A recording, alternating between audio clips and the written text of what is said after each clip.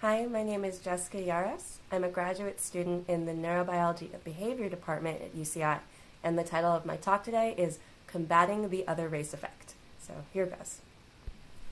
Jennifer Thompson Canino was a Caucasian 21-year-old university student when a black man broke into her apartment and proceeded to sexually assault her. Unable to physically fight back, she chronicled every part of this man: his face, his hair, his voice, the weight of his body, the clothes he wore. Determined, she told herself, if I live through this, I will remember this man.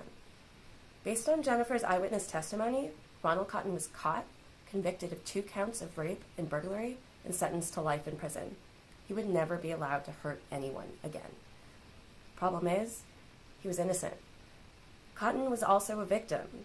Jennifer's memory of him was tainted by the other race effect, a phenomenon of human behavior across nation, race, and culture, in which people have incredible difficulty at recognizing differences in people of other races.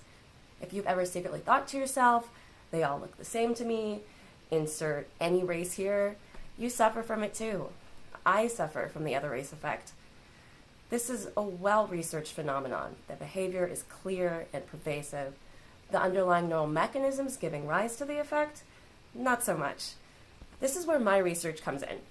I'm determined to understand what is going on in the brains of people like me who display the other race effect. I've developed a task that tests participants' performance in remembering faces of their own and other races. The really novel part of this task is the manipulation of faces using computer algorithms to control how similar any one face is to any other face.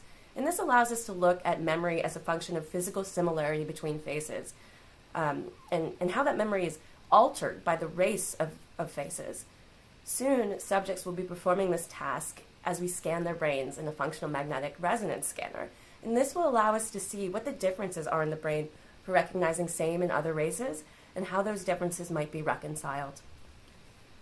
10 years after Ronald Cotton was convicted, he was exonerated by DNA evidence. Today, 70% of all forensic exonerations have involved mistaken eyewitness testimony, and shockingly, 41% of those cases involved cross-racial misidentifications. This is not okay. Over the years, United States police departments have been informed by psychology research and have enacted reforms to make eyewitness testimony more reliable. And yet, no policy changes have been made to lessen the casualties of the other race effect so far.